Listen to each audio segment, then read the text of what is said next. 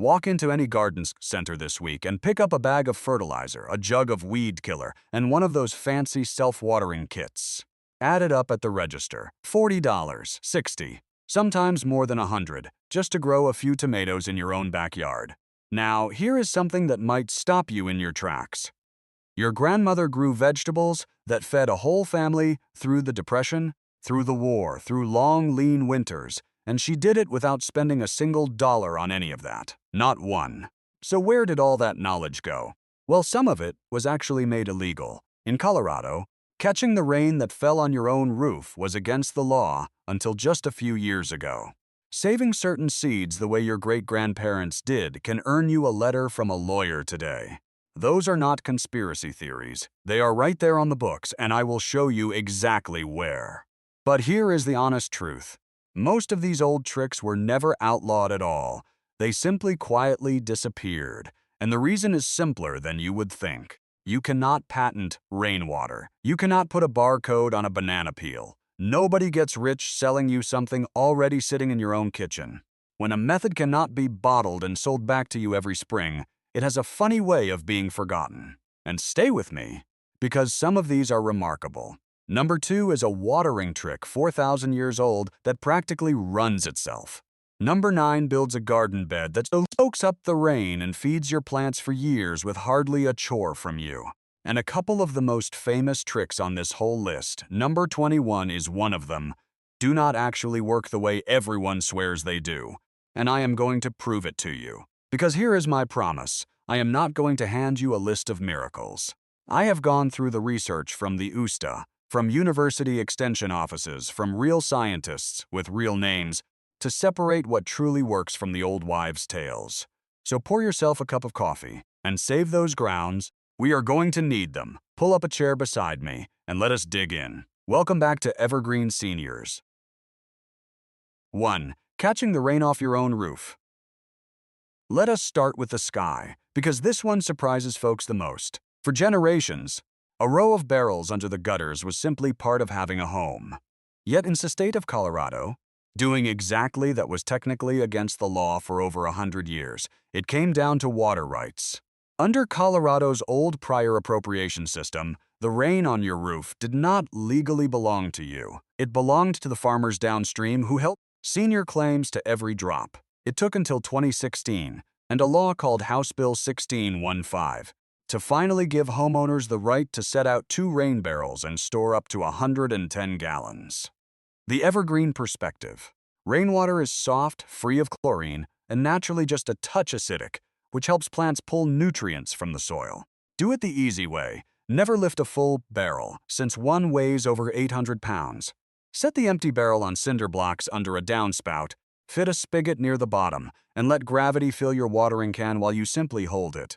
Keep a lid on so mosquitoes cannot move in. Your knees and your water bill will both thank you. 2. The 4,000-year-old clay pot trick. If hauling a watering can up and down the rows is becoming a chore, let me introduce something that has worked for 4,000 years. It is called an Olla, O-Ella, and gardeners in ancient China, the Middle East, and right here in the Americas all swore by it. You bury an unglazed clay pot in the soil beside your plants, leaving the neck poking out, fill it with water, set a stone on top, and walk away. The magic is the clay. Because the terracotta is porous and never sealed, water seeps through the walls slowly, drawn out only as the soil dries and the roots pull on it. The plant sips exactly what it needs. Researchers studying buried clay pot irrigation, including work out of New Mexico, have found it cuts water use dramatically compared with surface watering, where so much simply evaporates. The evergreen perspective. This is the laziest brilliant trick in the garden. And I mean that as a compliment. You may only refill once or twice a week. The one thing people get wrong, the pot must be unglazed.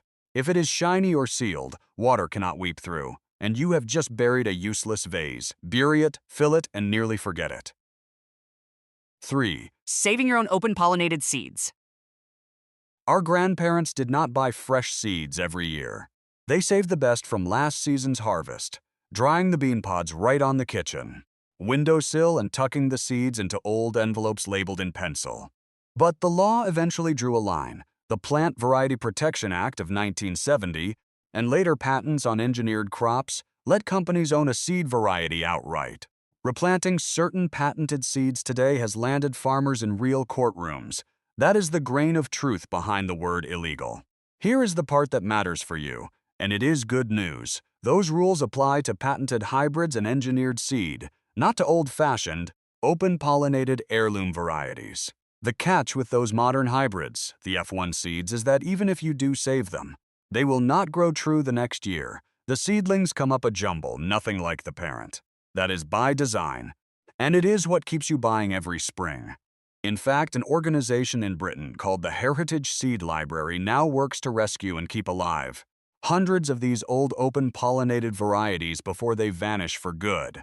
The evergreen perspective: stick with heirlooms and start simple. Beans and peas are the easiest teachers there is. Let a few pods dry on the vine until they rattle, shell them, and store the seeds in a paper envelope somewhere cool and dark.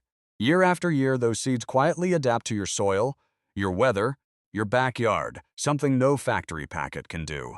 Every seed you save is a small piece of living heritage kept in your own hands. 4. As a weed killer, handle with care. Chemical weed killers are pricey, and many of us would rather not spray them where the grandchildren play. The old answer was vinegar, but here the details truly matter. The 5% vinegar in your cabinet will scorch very young weeds but barely touches anything established. Back in 2002, the USDA's Agricultural Research Service, scientists J. Radhakrishnan, John Teasdale, and Ben Kaufman in Beltsville, Maryland, tested it properly and found you need horticultural vinegar at about 20% acetic acid to knock down mature weeds at an 85 to 100% rate. Now please listen closely. 20% vinegar is a strong acid that can cause serious skin burns and permanent eye damage. Wear goggles and chemical-resistant gloves every time, and know that vinegar is a contact killer. It burns the leaves but does not reach the roots, so tough perennials often grow right back. The evergreen perspective: save it for the cracks in the driveway and the gravel path on a hot, still, sunny day. Never spray it near your vegetables. It cannot tell a weed from your prized tomato. And keep the pets indoors until it dries. 5. A dusting of cinnamon for baby seedlings. There is a heartbreaking little disease that strikes seedlings started indoors. It is called damping off, and it makes a healthy sprout suddenly pinch at the base and topple overnight.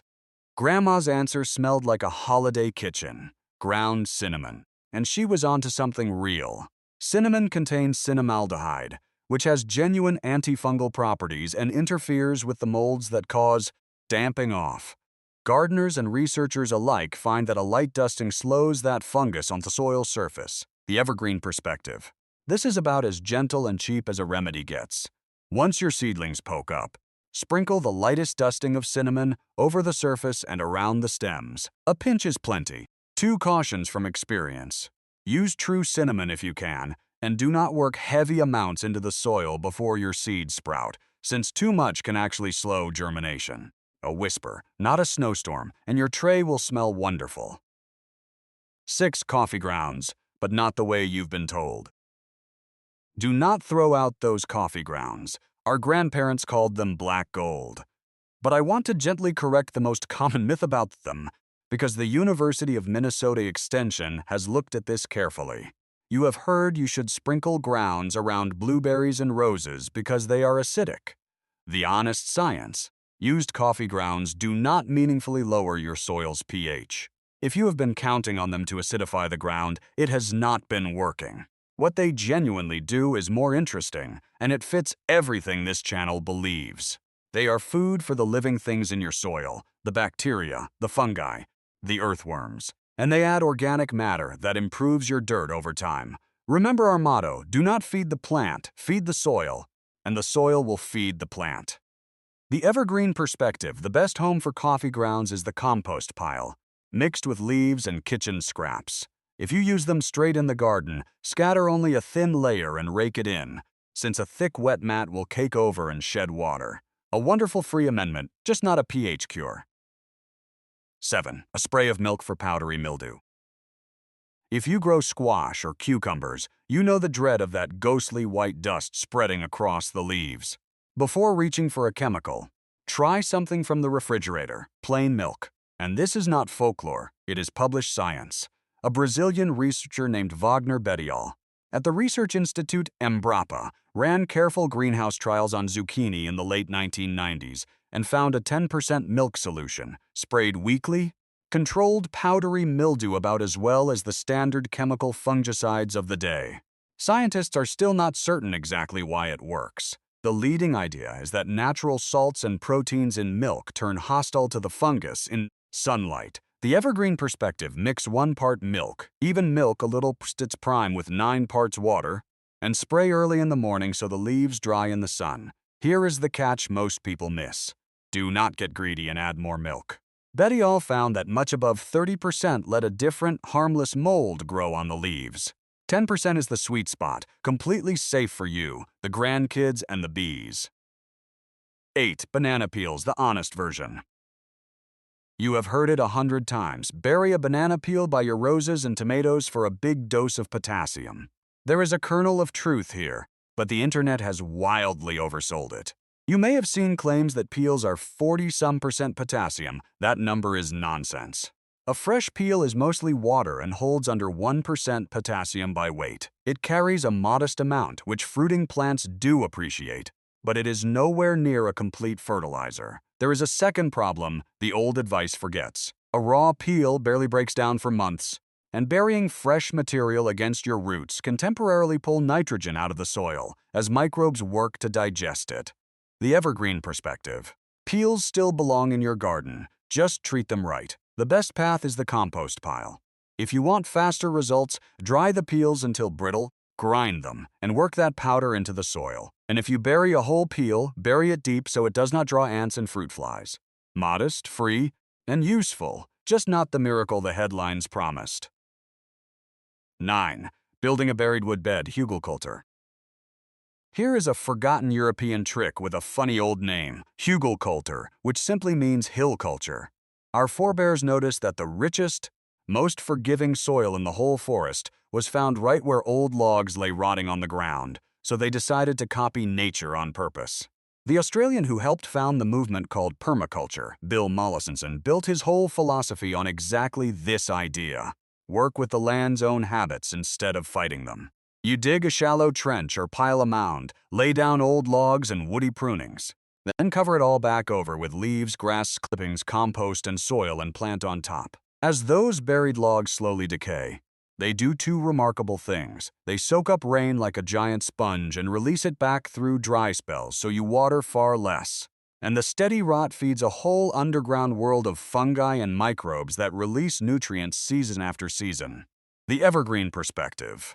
This is a long-game gift to your future self. Use only untreated, natural wood that is already old and softening, never pressure-treated lumber, and avoid black walnut, which suppresses other plants. Build the mound taller than you think, because it will settle, and keep it to a reachable height so you never bend too far. Build it once, and it can feed and water a bed for years. 10. Waking up your seeds with an overnight soak. Some seeds are simply stubborn. Big, hard-shelled fellows like beans, peas, corn, and squash can sit in cool spring soil for ages, and a few never wake at all. Our grandparents had a gentle fix, a good soak before planting. But here I must be honest, because a popular myth is tangled up in this one.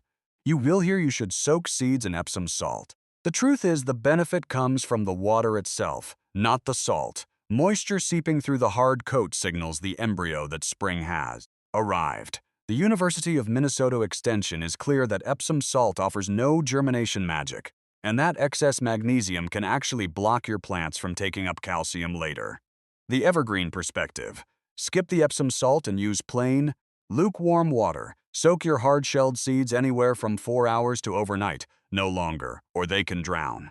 By morning, they will be plump and ready to burst into life, giving you a more even row and far less bending to replant the bare gaps. Simple, free, and it genuinely works. 11. Marigolds, the garden's quiet bodyguard. You have surely seen a cheerful border of marigolds ringing an old vegetable patch. They were not planted just to be pretty. Our grandparents trusted them as protectors, and science has confirmed at least part of that faith. Down in the soil live microscopic worms called root knot nematodes that attack the roots of tomatoes and many vegetables. Certain marigolds, especially the French marigold, release a compound called alpha-terphenol from their roots that is genuinely hostile to those nematodes. Researchers have documented this for decades. One important detail: it works best when marigolds are grown thickly across a bed and then turned into the soil, almost like a cover crop. A thin scattering of a few plants does far less. The evergreen perspective: a $3 packet of marigold seeds is a bargain. Plant them generously, not just as a token here and there. Above ground, they draw in pollinators and helpful predatory insects, and they add such warmth to the view from your kitchen window. A little beauty that also does honest work. That is the evergreen way. 12. The beer trap for slugs. Slugs can mow down a row of tender lettuce in a single damp night. Long before the garden store sold pellets, our grandparents simply offered the slugs a drink. The science is charming. Slugs are powerfully drawn to the yeast and the smell of fermentation, and study after study confirms that a shallow dish of beer pulls them in far more reliably than plain water. But here is the crucial mistake almost everyone makes, and it makes your problem worse. A beer trap only attracts slugs from a few feet away. So if you set traps in the middle of your prize bed, you are inviting slugs from all over the yard to come for the party, crossing your plants to get there. The evergreen perspective: set your traps at the far edges of the garden, like a fence line, drawing slugs away from your vegetables rather than toward them. Sink an old jar lid so the rim sits at soil level. Pour in an inch of cheap, stale beer and refresh it every couple of days. The slugs are not picky. The cheap stuff works just as well. 13. Smothering weeds with plain cardboard. Tilling a garden bed is brutal work, and here is a question worth sitting with. Nature never flips the forest floor upside down each spring. So why do we? This is one of the kindest tricks I know for an aging back. You lay plain cardboard over the weedy ground, overlapping the edges so no light sneaks through, then pile a few inches of compost on top and plant into that. The weeds beneath give up and die, then rot down into food for the soil. Here is the quiet irony. Today's experts have a tidy name for this. They call it no-dig. But your grandmother was doing it decades before anyone wrote a book about it. The British grower Charles Dowding has run side-by-side trials for many years, and his beds consistently match or beat dug beds for harvest while cutting the weeding and the labor dramatically. The evergreen perspective: this is a genuine spine saver. Flatten your delivery boxes, pull off any plastic tape and staples, wet the cardboard so it stays put, and cover it with compost. Most modern cardboard and newspaper inks are soy or water-based and break down harmlessly. You build beautiful, living soil from the top down and never lift a shovel. 14. Comfrey tea, the free liquid feed. I will be honest, this old trick smells absolutely terrible, but the results are so good that gardeners have happily held their noses for generations. The plant is comfrey, and it makes one of the finest free fertilizers on earth. It grows a deep taproot that plunges far below where most garden plants can reach, mining minerals from the subsoil and storing them in its big leaves. The Royal Horticultural Society in Britain has long recommended comfrey as a feed especially rich in potassium, the nutrient that helps tomatoes and peppers set and swell their fruit. The evergreen perspective: if you have a spare out-of-the-way corner, plant one comfrey clump and pick a well-behaved variety like Bocking 14, which will not spread and take over. Cut an armload of leaves, cram them in a bucket of water, put a lid on to trap the smell, and let it steep a couple of weeks. Strain off the dark liquid, dilute it well, about 1 part feed to 10 parts water, and pour it around your hungry plants. One little patch can feed your garden for free year after year. 15. Willow water, nature's rooting hormone. Say you want to start a new rose or hydrangea from a simple cutting.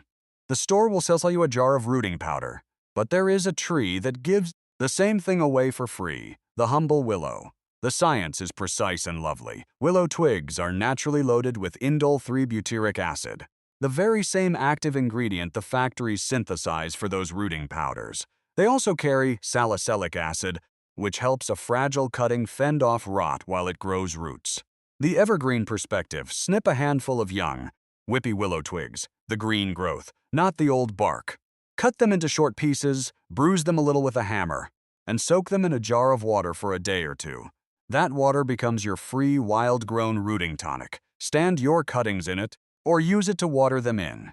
It will not work every time, nothing does, but many gardeners get wonderful results. And it costs nothing but a short walk. 16. An aspirin for your plant's immune system. This one sounds like a tall tale, giving a plant a pill from the medicine cabinet, but there is honest science underneath, as long as we are careful about what it really does. Aspirin is built from salicylic acid, and plants make their own salicylic acid naturally. When attacked by disease, a plant produces this very compound as an internal alarm. Switching on a defense system, scientists call systemic acquired resistance. A light aspirin spray can help trip that alarm early, priming the plant against fungal and bacterial trouble. Let me trim back one common exaggeration. This is about disease resistance, not about making plants grow faster. Anyone promising explosive growth is overselling it. The evergreen perspective: dissolve just one ordinary, uncoated aspirin in a full gallon of water. That is all, because too strong a dose can scorch the leaves. Mist it lightly over the foliage every couple of weeks during the stressful heat of the season. Think of it as helping your green friends shore up their own natural defenses, the way a good night's rest helps us fight off a cold. 17. The old-fashioned root cellar. Long before the refrigerator hummed in every kitchen, people kept their harvest fresh for months using nothing but the steady cool of the earth. The root cellar fed families straight through to spring, and it ran on zero electricity. The science is simple geothermal stability. Dig down a few feet, and the temperature stops swinging with the seasons. Penn State Extension notes that a properly built cellar holds about the same temperatures as your refrigerator, the mid-30s to about 40 degrees Fahrenheit, exactly where potatoes, apples, carrots, and onions keep best. If you ever doubt how powerful the cool of the earth can be, consider the Forestier underground gardens in Fresno, California. There, a Sicilian immigrant named Baldassare Forestieri spent 40 years, from 1906 until his death in 1946, digging an entire underground world by hand, and grew citrus trees down in the cool earth that shrugged off the brutal Fresno summers the surface could not. It still stands today as a state historical landmark. The evergreen perspective: you do not need a grand underground cave. If you have an unheated basement with an outside wall below ground level, frame off a small closet against that cool concrete, run a simple vent to the outside, and you have a working root cellar. Store potatoes and apples in separate bins, by the way. Apples give off a gas that makes potatoes sprout. Done right, you can keep your own harvest crisp for many months, for free. 18. Giving your wash water a second life. During the Depression, water was far too precious to use only once.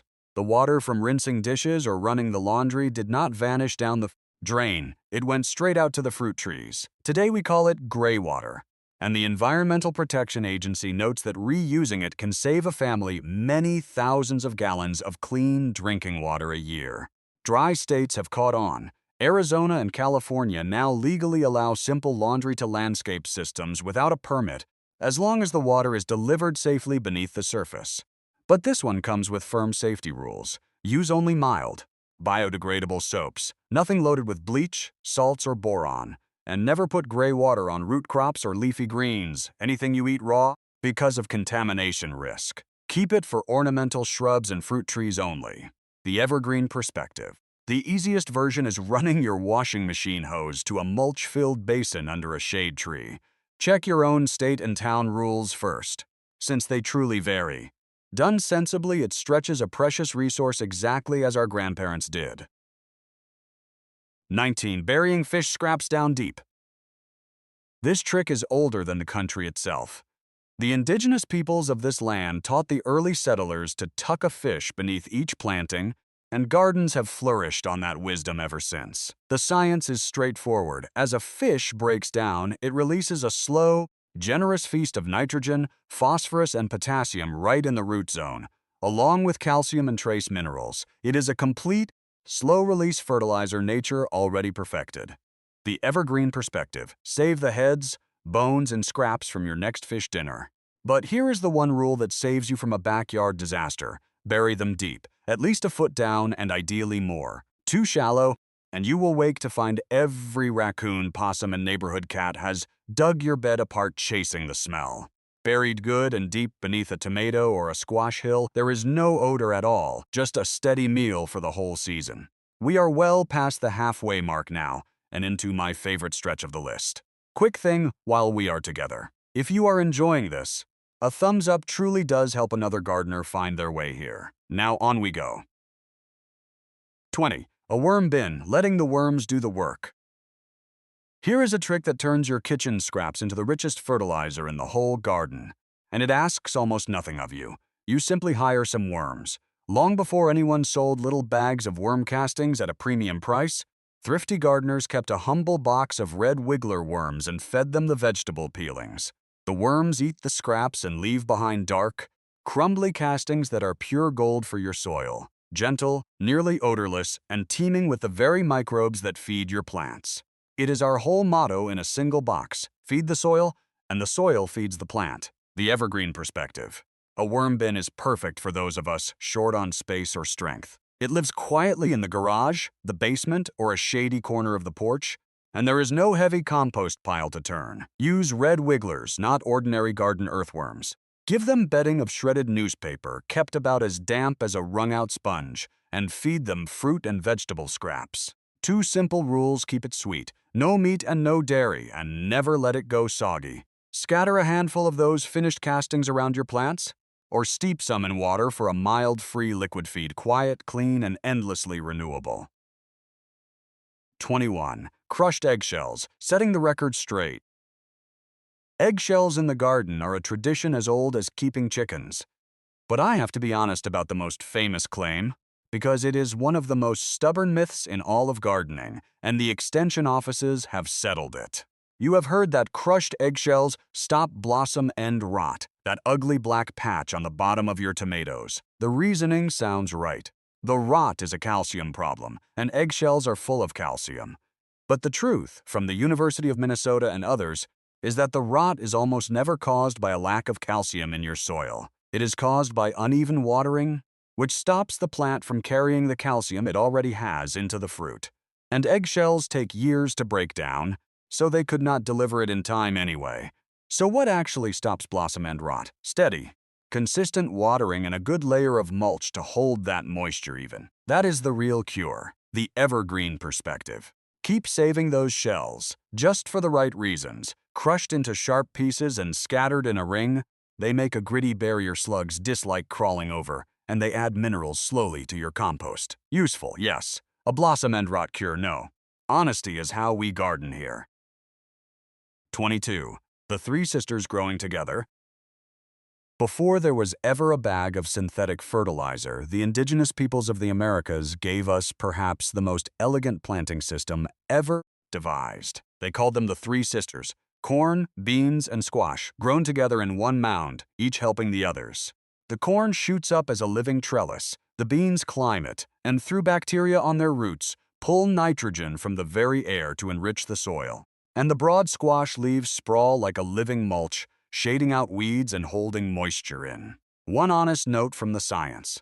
Most of the nitrogen the beans capture becomes available after the plants finish and break down, so think of the 3 sisters as building richer ground for seasons to come, as much as feeding this year's corn.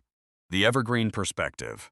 It is a little self-sustaining community in a single hill. One gentle word for us: harvesting squash from that dense, tangled patch can mean awkward stooping. So plant your mound at the easy-to-reach edge of the bed where you can get at everything without straining. 23. The milk jug mini greenhouse. An unexpected late frost can wipe out weeks of tender work in a single cold night. Our grandparents did not panic. They reached into the recycling bin. The science is the same that warms a parked car in the sun. Clear plastic let daytime sunlight in, then traps that warmth around the plant, holding the air several degrees warmer than the open night and shielding the leaves from settling frost. For a single seedling, that small margin is often the difference between life and death. The evergreen perspective. Save your empty gallon jugs, cut the bottoms off, and set them like little hats over your young plants, pressing the rim into the soil so the wind cannot flip them. Here is the one thing to remember. Take the cap off during the day, or your plant will cook in the trapped afternoon heat. Pop it back on toward evening when frost threatens. Featherlight, free, and they protect your seedlings every bit as well as the fancy glass cloches in the catalog. 24. A spray of garlic for trouble on the leaves. When the leaves show sickly spots in that telltale fungal haze, you do not always need a chemical. Sometimes the answer is in the pantry. The science is in what happens when you crush a clove. Garlic releases a sulfur compound called allicin, which carries real antifungal and antibacterial punch. As a spray, garlic extract has been shown to help knock back fungal troubles like powdery, mildew, and unlike a harsh chemical, it leaves no worrying residue on the food you eat. The evergreen perspective. Crush about 6 cloves. Steep them in a quart of water overnight. Then strain the liquid into a spray bottle. Add 1 tiny drop of dish soap to help it cling to the leaves. Spray in the cool of the morning, coating the tops and undersides. Think of it as a first line of defense, best used early and repeated after rain. And a tip from experience, mind the wind and spray downwind, unless you want a face full of garlic mist to remember it by. 25. Wood ash as a soil sweetener. If you heat your home with a wood stove or fireplace, you are sweeping out a genuine soil amendment every week. The science. Clean wood ash is rich in potassium and in calcium compounds that act much like agricultural lime. It quickly raises the pH of overly acidic soil, sweetening sour ground so vegetables can take up nutrients more freely, and it hands fruiting plants a welcome dose of potassium. But this one demands real caution, so please hear me out. Use only ash from clean, untreated natural wood. Never charcoal briquettes, painted wood, or pressure-treated lumber, which carry chemicals that can poison your soil.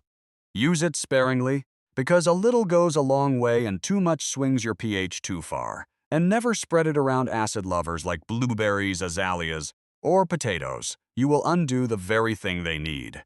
The evergreen perspective, a light scattering, raked into a bed you know runs acidic, is a fine free tonic. When in doubt, a simple soil test first will tell you whether your ground even wants it. Free, effective, but handled with respect.